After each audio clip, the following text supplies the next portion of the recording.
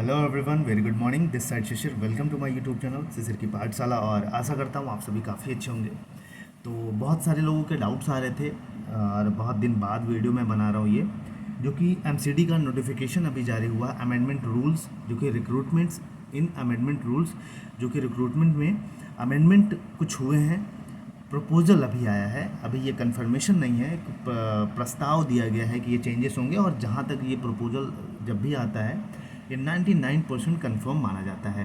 तो जो एमसीडी, जो म्यूनिसिपल कॉरपोरेशन दिल्ली के अंदर पीआरटी, प्राइमरी टीचर, जो ग्रुप बी पोस्ट की वैकेंसीज हैं, उसके जो रिक्रूटमेंट प्रोसेस है उसमें थोड़े बहुत चेंजेस किए गए हैं, अमेंडमेंट किए गए हैं, सुधार किए गए हैं। वो सुधार क्या है, यूट्यूब पे बहुत बढ़ा चढ़ा के बताया जा रहा है आपको कि वैकेंसी आ गई, ये आ गई। तो ऐसा कुछ नहीं है, बहुत बड़े बदलाव नहीं है। इम्पॉर्टेंट चेंजेस क्या क्या हैं पूरे नोटिफिकेशन में अगर आपने पढ़ा होगा, मैं आपको बहुत सिंपल तरीके से पूरा सारी चीज़ें बहुत आसान तरीके से आपको बताऊंगा। वीडियो को पूरा देखिएगा। तो चलिए, जैसा कि ये नोटिफिकेशन 6 तारीख को आया था, मैं पहले ही आपको बता दूं। और अमेंडमेंट से रिलेटेड है, रिक्रूटमेंट इन प्राइमरी टीचर, जो कि प्राइमरी टीचर बोलते हैं वहाँ पे दिल्ली में DSSB के अंतर्गत। तो कैटेगरी बी की ये पोस्ट होती है प्राइमरी टीचर की, आपको भी पता है। तो category B, post in education department in MCD. तो चलिए स्टार्ट करते हैं। तो पहले प्राइमरी टीचर के लिए ये है। तो देखिए, सबसे पहला जो चेंज हुआ है, पांच परिवर्तन हुए हैं। तो पांचों को ध्यान से सुनिएगा। जो सबसे पहला परिवर्तन या चेंज हुआ है वो ये हुआ है कि 2011 में जो टोटल नंबर ऑफ पोस्ट थी, ठीक है, टोटल नंबर ऑफ पोस्ट का मतलब ये है कि जितने भी एम्प्लॉयज़ वर्किंग में हैं, इसका मतलब ये नहीं है कि इतनी वैकेंसी खाली है।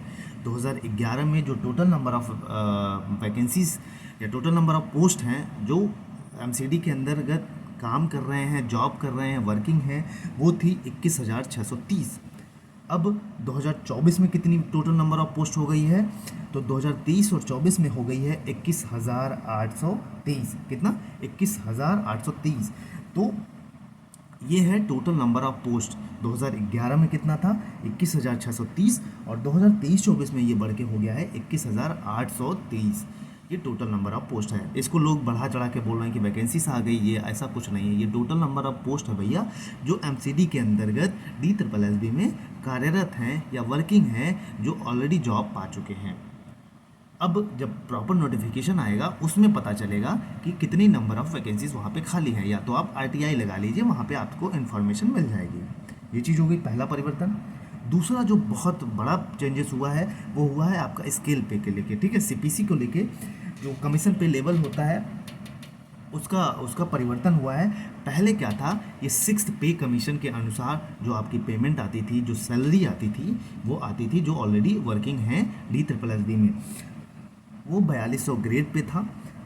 9300 से लेकर, मतलब 9300 से लेके 34,800 तक थी जो सैलरी थी। लेकिन अब क्या बदलाव हो गया?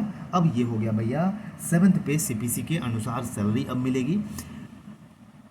ये जो नया आएगा उनके, ये जो पुराने हैं उनके लिए ये नहीं है, ठीक है। जो नया रिक्रूटमेंट आएगा उसके लिए ये अमेंडमेंट हो रहे हैं। तो अब क्या है कि 7th पे CPC के अनुसार अब आपका ग्रेड पे बढ़ जाएगा और आपकी जो सैलरी का लेवल होने वाला है वो 35,400, 35,400 से 1,12,400 हो जाएगी। मतलब 35,400 से लेके 1,12,400। तो भैया सैलरी तो बढ़ गई, ये ठीक है। अब तीसरा जो सबसे बड़ा चेंज हुआ है, तीसरा सबसे बड़ा बदलाव हुआ है अगर मैं बात करूं, तो वो बात चेंज हुआ है एज लिमिट को लेके। अब एज लिमिट की बात करें तो जैसे जो गवर्नमेंट सर्विस में है, ऑलरेडी वर्किंग में है, उनके लिए 5 साल का एज रिलैक्सेशन हुआ है। नए वालों के लिए नहीं, जो वर्किंग है ऑलरेडी उनके लिए 5 साल का एज रिलैक्सेशन मिला है। और दूसरा, जैसे कुछ टीचर्स होते हैं जो एमसीडी में काम करते हैं कॉन्ट्रैक्चुअल बेसिस पे या गेस्ट टीचर होते हैं, उनके लिए ये बेस्ट हो गया है कि उनको 5 साल का एज रिलैक्सेशन मिल जाएगा, ठीक है। जो 2014 से काम कर रहे हैं या जॉब कर रहे हैं और या कॉन्ट्रैक्ट बेसिस पे या गेस्ट लेक्चर का काम कर रहे हैं वहाँ पे, तो उनके लिए 5 ईयर्स की एज रिलैक्सेशन मिल गई है। तो वो डिटेल, इसका नोटिफिकेशन जब आएगा वो उसमें और अच्छे से क्लियर रहेगा। अब जिसमें बहुत बड़ा चेंजेस हुआ है वो आपका एसेंशियल एजुकेशनल क्वालिफिकेशन, जो बहुत बड़ा बदलाव हुआ है उसको लेके। तो आइए उसको बात करते हैं। तो देखिए, पहली 5 शर्तें होती हैं, आपके पास ये क्वालिफिकेशन होना चाहिए। ये दो पार्ट में डिवाइड है, पार्ट ए और पार्ट बी। पार्ट ए की बात करें तो आपके पास 12th होना चाहिए, उसके साथ 50% 12th में होना चाहिए, प्लस 2 ईयर का डिप्लोमा होना चाहिए, डीएलएड जिसको आप कहते हैं, डिप्लोमा इन एलिमेंट्री एजुकेशन। पहली ये हो गई।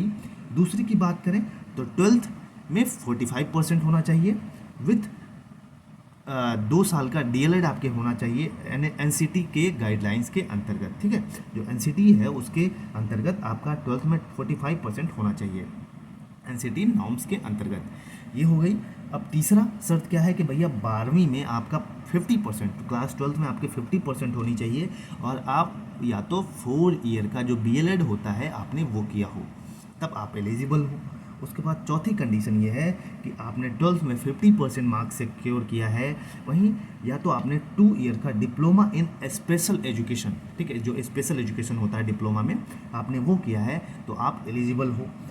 पांचवा देखिए नहीं था, ये बड़ा बदलाव हुआ है। ग्रेजुएशन, अगर आपने ग्रेजुएशन किया है उसके साथ डीएलएड किया है या जीबीटी जिसको कहते हैं, तो आप एलिजिबल हो। इसमें क्या बदलाव हुआ कि पहले क्या होता था कि जिनका भाई 12th में कम परसेंटेज रहते थे, ठीक है, 12th में, तो वो आउट हो जाते थे, लेकिन अब ऐसा नहीं है, उनको थोड़ा सा रिलैक्सेशन मिल गया। आप ग्रेजुएशन और डीएलएड किए हैं अच्छे से तो आप एलिजिबल हो। ये पार्ट ए हो गया। अब पार्ट बी की बात करें तो सीटेड पेपर 1 पास होना चाहिए, तब आप एलिजिबल माने जाओगे। ये पार्ट बी का सेकंड पॉइंट ये था, इंपॉर्टेंट है, इसको ध्यान से सुनिएगा। लैंग्वेज जो उसको लेके, सब्जेक्ट कॉम्बिनेशन को लेके, ये बहुत अच्छे से समझिएगा। बहुत सारे लोगों के डाउट्स सब्जेक्ट कॉम्बिनेशन से रिलेटेड आ रहे थे। तो पहली चीज़ देखिए, हिंदी, उर्दू, पंजाबी, ठीक है, हिंदी, उर्दू, पंजाबी या इंग्लिश, ठीक है, या इंग्लिश, हिंदी, उर्दू, पंजाबी या इंग्लिश में से कोई भी एक सब्जेक्ट, फिर से मैं बता देता हूँ, हिंदी, उर्दू, पंजाबी या इंग्लिश में से कोई भी एक सब्जेक्ट आपने किस पे, सेकेंडरी लेवल पे, या तो सीनियर मतलब क्लास 10th पे, या तो सीनियर स्लैश करके उसमें लिखा है, या तो सीनियर सेकेंडरी लेवल पर, या तो हायर लेवल का मतलब है ग्रेजुएशन लेवल पे आपने पढ़ा हो। इसका मतलब ये है कि आपका कोई भी एक सब्जेक्ट हिंदी, उर्दू, पंजाबी या इंग्लिश में से या तो कक्षा 10 में हो, या तो आपने सीनियर सेकेंडरी क्लास 12th में आपका एक सब्जेक्ट होना चाहिए, या तो आपका ग्रेजुएशन लेवल में कोई भी एक सब्जेक्ट पढ़ा होना चाहिए। तो ग्रेजुएशन लेवल में भी मान लीजिए जिसका 11th 12th में 10th और 12th में नहीं था, जिसका ग्रेजुएशन में कोई भी सब्जेक्ट है अब वो भी दे पाएगा। इसका ये चेंजेस हुआ है।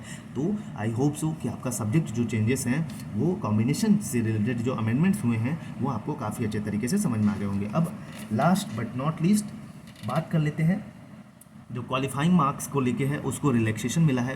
क्वालिफाइंग मार्क्स जो SC ST OBC वाले हैं उनको लेके 5% का रिलैक्सेशन मिला है। इसका मतलब ये है कि जैसे जो भी SC ST OBC वाले स्टूडेंट हैं या कैंडिडेट्स हैं, अगर आप क्वालिफाइंग मार्क्स जो है उसमें अगर आप 47.5% पाते हो तो आप एलिजिबल माने जाओगे।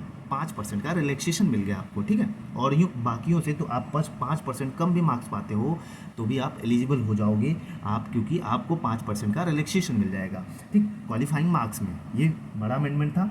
अब जो भी अमेंडमेंट से मैंने बहुत सिंपल तरीके में बताने की कोशिश की और आपको काफ़ी अच्छे से समझ में भी आया होगा। इसी चीज़ को लोग बहुत बढ़ा चढ़ा के बता रहे थे, वैसे MCD में वैकेंसीज आ गई, ये आ गई, ऐसा कुछ नहीं है भैया। जो अमेंडमेंट्स हुए थे मेन मैंने वो सारी चीज़ें आपको बता दी जो नोटिफिकेशन में लिखा था। बाकी आप नोटिफिकेशन हमारे टेलीग्राम चैनल से ले सकते हो, शिशिर की पाठशाला नाम से। और जो वैकेंसीज है वो आपको 4 जून के बाद, 4 जून से 20 से 25 जून के बीच में कभी भी आपको देखने को मिल सकती है। मैं आपको ये भी बता देता हूँ, जैसे MCD में आया है ऐसे हर डिपार्टमेंट में आएगा, ठीक है। तो आप लोग अपनी तैयारी स्टार्ट कर दीजिए। मैं बार बार कह रहा हूँ, आपको जल्दी आपको इसकी वैकेंसी देखने को मिलेगी। बाकी कोई भी डाउट हो तो कमेंट में मेंशन करिएगा, मैं आपके सॉल्यूशन, आपके प्रॉब्लम का सॉल्यूशन ज़रूर दूंगा। और किसी भी टीचिंग से रिलेटेड, एग्ज़ाम से रिलेटेड नोटिफिकेशन या कोई भी इंफॉर्मेशन, न्यूज़ या प्रिपरेशन के लिए आप इस चैनल को ज़रूर सब्सक्राइब कर लीजिए, बिल्कुल फ्री ऑफ कॉस्ट में। और बाकी बेल का बटन जो है उसको दबा लीजिएगा। जय हिंद, जय भारत।